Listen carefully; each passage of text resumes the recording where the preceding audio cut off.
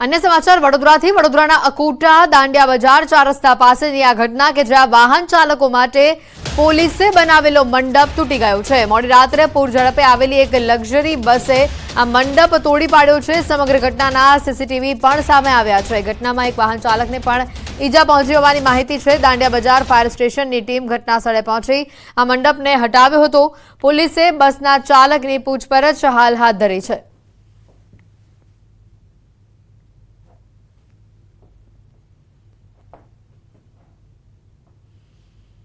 तो आ तरफ बीआरटीएस बसना ड्राइवरनी बेदरकारीनो एक विडियो सामे આવ્યો છે અને જેમાં વધુ એક બીઆરટીએસ બસના ડ્રાઈવરે ચાલુ બસે મોબાઈલ જોતા હોવાનો વિડિયો સામે આવ્યો છે। લો ગાર્ડનથી વસુંધરા સોસાયટી પાસેથી 9D બીઆરટીએસ બસના ડ્રાઈવરની લાપરવાહી સામે આવી। જો આ પ્રકારની બેદરકારીના પગલે કોઈ દુર્ઘટના સર્જાય તો જવાબદાર કોણ, હાલ તે સૌથી મોટો સવાલ છે।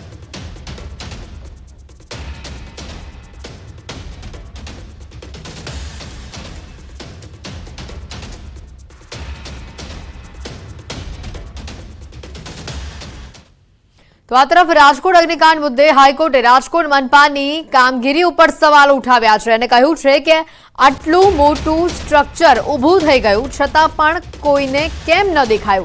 3 વર્ષ આ સ્ટ્રક્ચર બનવા છતાં કેમ પગલા કોઈ લેવામાં ન આવ્યા। વધુમાં હાઈકોર્ટે ટકોર કરતા કહ્યું છે કે ફાયર એનઓસી નહીં હોય ત્યાં સુધી ગેમ ઝોન ચાલુ નહીં કરી શકાય।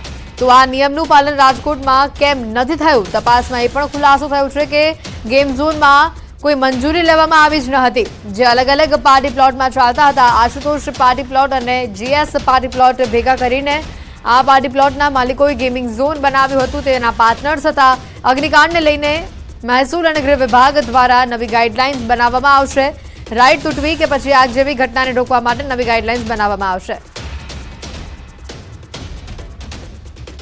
વધુ માહિતી મેળવીશું સંવાદદાતા મૌલિક અમારી સાથે અહીંયા સીધા જોડાઈ ચૂક્યા છે। મૌલિક, જે રીતની આ ઘટના સામે આવી છે 3 વર્ષ પછી, એક તો આ દેખાય છે કે કોઈ ફાયર એનઓસી નથી અથવા તો કોઈ મંજૂરી મેળવી નથી। 3 વર્ષ કદાચ પહેલા દેખાયું હોત તો આ પ્રકારની ઘટના ન બની હોત।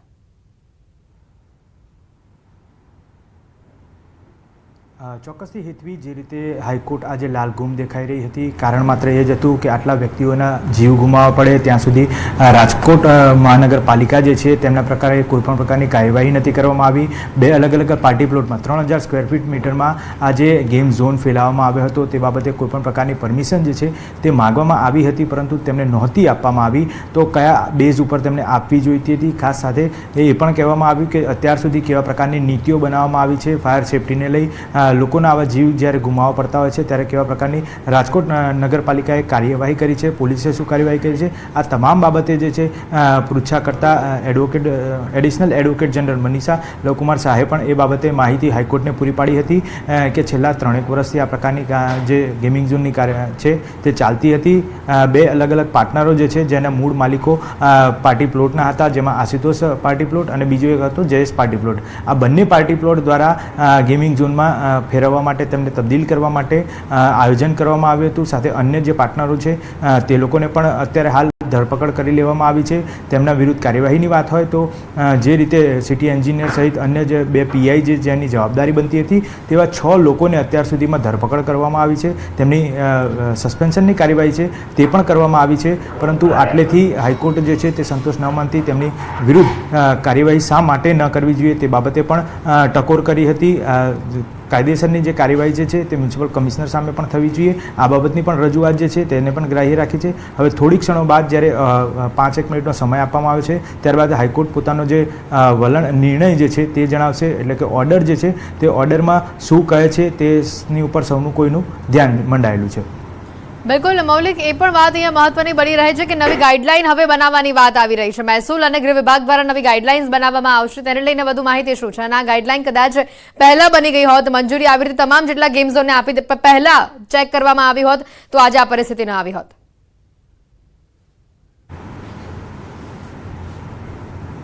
હેતવી આ બંને અલગ અલગ મુદ્દાઓ છે. હાઈકોર્ટમાં જે રીતે અત્યારે હાલ હિયરિંગ ચાલી રહ્યું હતું તેનાથી બિલકુલ વિરુદ્ધ દિશામાં જે અત્યારે હાલ રાજ્ય સરકાર છે તે રાજ્ય સરકારે પોતાની જવાબદારી સ્વીકારી છે અને જવાબદારી સ્વીકારવાની સાથે તાત્કાલિક ગાઈડલાઈન બનાવવાની તૈયારી જે છે તે પણ બતાવી હતી. મહત્વનું છે કે મહેસૂલ વિભાગ અને સરકાર આ ભેગા થઈ ગૃહ વિભાગ આ બંને થઈ એક નવી ગાઈડલાઈન બનાવવાની જાહેરાત જે છે તે કરવામાં આવી છે. આગામી દિવસોમાં આ ગાઈડલાઈન જે છે તે જાહેરાત કરવામાં આવશે, જેની અંદર એ બાબતોનો સમાવેશ કરવામાં આવશે કે અત્યાર સુધીમાં જે રાઇડો તૂટી છે, આગજનીની ઘટનાઓ બની છે તેના માટે કોઈ નવી ગાઈડલાઈન જે છે ફાયર સેફ્ટીની લઈ તે પણ બનાવવામાં આવશે. નવી ગાઈડલાઈન હેઠળ જે કલેક્ટર અથવા તો પોલીસ કમિશનર જે છે તેની પરવાનગી વગર કોઈપણ પ્રકારના ગેમ ઝોન કે આ આગજનીની ઘટના ના બને તે માટેની તેની પરમિશન લેવાની પણ જરૂરિયાત રહેશે. આભાર મૌલિક, માહિતી બદલ.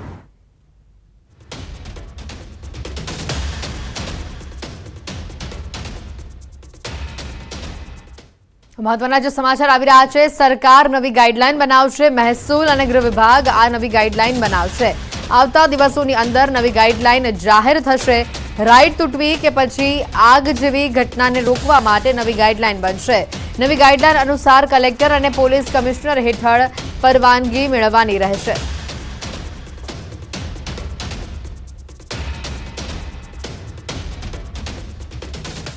તો આ તરફ રાજકોટ આગકાંડમાં સસ્પેન્શન બાદ એક્શન જે જોવા મળી રહ્યું છે. સસ્પેન્શન બાદ 6 અધિકારીઓને ક્રાઇમ બ્રાન્ચનું તેડું આવ્યું છે. પીઆઈ વીઆર પટેલ, એનઆર રાઠોડને તેડું આવ્યું છે. હાલમાં પીઆઈ એનઆર રાઠોડનું નિવેદન નોંધાઈ રહ્યું છે. રાઠોડ અગાઉ લાયસન્સ શાખામાં ફરજ બજાવતા હતા. ફાયર વિભાગની એનઓસી, પીજીવીસીએલની એનઓસી ન હોવા છતાં પોઝિટિવ અભિપ્રાય આવતા તેમણે ફાઇલની ચકાસણી કર્યા વગર જ પોલીસ કમિશનરને મોકલ્યું હતું. રાઠોડને સસ્પેન્ડ કરીને તેઓને દાહોદ જિલ્લાના પોલીસ હેડક્વાર્ટર ખાતે મોકલવામાં આવ્યા છે. અગાઉ તાલુકા પોલીસ મથકે તેઓ ફરજ બજાવી ચૂક્યા છે. પાર્ક ચાલુ રાખવા બુકિંગ લાયસન્સ માટે પોઝિટિવ અભિપ્રાય આપ્યો હતો. વીઆર પટેલને ડાંગ જિલ્લાના પોલીસ હેડક્વાર્ટર ખાતે મોકલવામાં આવ્યા છે. સસ્પેન્શન બાદ અધિકારીઓને ક્રાઇમ બ્રાન્ચનું જે તેડું આવ્યું છે. એક્શન મોડમાં અત્યારે હાલ કાર્યવાહી ચાલી રહી છે. એનઆર રાઠોડનું તેડું હાલ આવ્યું છે સામે. તો આ કાંડમાં સસ્પેન્શન બાદ હાલ તંત્ર અને પોલીસ વિભાગ એક્શનમાં જોવા મળી રહ્યું છે. બુકિંગ લાયસન્સ માટે પોઝિટિવ અભિપ્રાય તેઓએ આપ્યો હતો અને હાલ આ સમગ્ર મુદ્દે કાર્યવાહી કરવામાં આવી રહી છે. સસ્પેન્શન સામે આવી રહ્યા છે.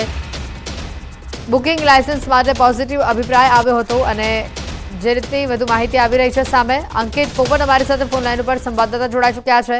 અંકિત, જે આખી આ ઘટના સામે આવી હતી અને હવે સસ્પેન્શનની જે પ્રક્રિયા હાથ ધરવામાં આવી છે, જેમાં ક્રાઇમ બ્રાન્ચનું તેડું આવ્યું છે, 2 પીઆઈને સસ્પેન્ડ કરવામાં આવ્યા છે, વધુ માહિતી શું? ચોક્કસ જે પ્રમાણે રાજ્ય સરકાર દ્વારા કડક પગલાં લેવામાં આવે છે ને જે અંતર્ગત 6 અધિકારીઓને જુદા જુદા વિભાગ સાથે સંકળાયેલા જે 6 જેટલા અધિકારીઓ છે કે જે સસ્પેન્ડ કરવામાં આવ્યા છે, ત્યારે સસ્પેન્ડ કરેલા અધિકારીઓને હવે ક્રાઇમ બ્રાન્ચનું તેડું આવ્યું હોય તે પ્રકારના સમાચાર છે તે મળી રહ્યા છે. સસ્પેન્ડેડ પીઆઈ એનઆર રાઠોડ અને સસ્પેન્ડેડ પીઆઈ વીઆર પટેલને ક્રાઇમ બ્રાન્ચનું તેડું આવ્યું છે. ક્રાઇમ બ્રાન્ચ ખાતે હાલ એનઆર રાઠોડનું નિવેદન નોંધવાની પ્રક્રિયા છે તે પણ ચાલી રહ્યું છે. ખાસ કરીને જે ડીજીપી વિકાસ સહાય દ્વારા જે સસ્પેન્શન લેટર છે તે લખવામાં આવે છે. સસ્પેન્શન લેટરની અંદર સ્પષ્ટપણે લખવામાં આવ્યું છે કે એનઆર રાઠોડ છે કે જે 2023માં રાજકોટ શહેર પોલીસ કમિશનર અંતર્ગત આવતા લાયસન્સ બ્રાન્ચ શાખા તેઓ સંભાળતા હતા, ત્યારે વીઆર પટેલ કે જે તાલુકા પોલીસ મથકમાં ફરજ બજાવતા હતા, જે તે સમયે તેમના દ્વારા પોઝિટિવ અભિપ્રાય છે તે આપવામાં આવ્યો હતો. ખાસ કરીને કોઈ પણ જાતની ફાયર એનઓસી કે પીજીવીસીએલની એનઓસી ન હોવા છતાં પોઝિટિવ અભિપ્રાય આપ્યો હતો. તે અભિપ્રાય લાયસન્સ બ્રાન્ચને ફોરવર્ડ કરવામાં આવ્યો હતો અને ત્યારબાદ લાયસન્સ બ્રાન્ચ દ્વારા પોલીસ કમિશનરને તે લેટર છે તે ફોરવર્ડ કરવામાં આવ્યો છે. ત્યારે અધિકારીઓએ જે તે સમયે આ પ્રકારની પોઝિટિવ ભૂમિકા છે તે ટીઆરપી ગેમ ઝોનના સંચાલકો ની તરફેણમાં ભજવી હતી, ત્યારે તેમની વચ્ચે કોઈ પણ પ્રકારની લેતીદેતી થઈ હતી કે જાણી જોઈને તમને આ પ્રકારનું કૃત્ય આચર્યું છે કે અજાણતા તેમના દ્વારા આ પ્રકારનું કૃત્ય આચરવામાં આવ્યું છે તે સહિતની બાબતો અંગે તેમનું નિવેદન નોંધવા સહિતની પ્રક્રિયા છે તે હાલ હાથ ધરવામાં આવી છે. જી બિલકુલ અંકિત, આભાર માહિતી બદલ.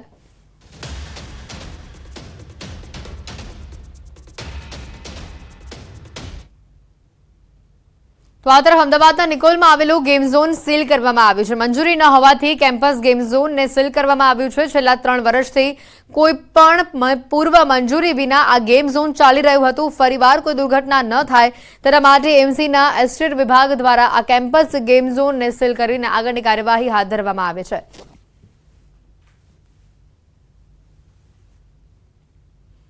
વડોદરાથી સમાચાર. ઘોડા છૂટી ગયા તે બાદ તબેલાને તાળા મારતું પાલિકા તંત્ર સામે આવ્યું છે. રાજકોટ અગ્નિકાંડ બાદ હવે વડોદરા તંત્ર પણ એક્શનમાં આવ્યું છે. વડોદરામાં 9 સ્થળો પર ગેમિંગ ઝોનની તપાસ કરવામાં આવી. IPL fun park, taste of Vadodara સહિત કુલ 14 સ્થળો પર ગેમ ઝોનને બંધ કરવામાં આવ્યા છે. પોલીસ અને ફાયર બ્રિગેડ દ્વારા મોલમાં આવેલા ગેમ ઝોન પણ બંધ કરવામાં આવ્યા છે.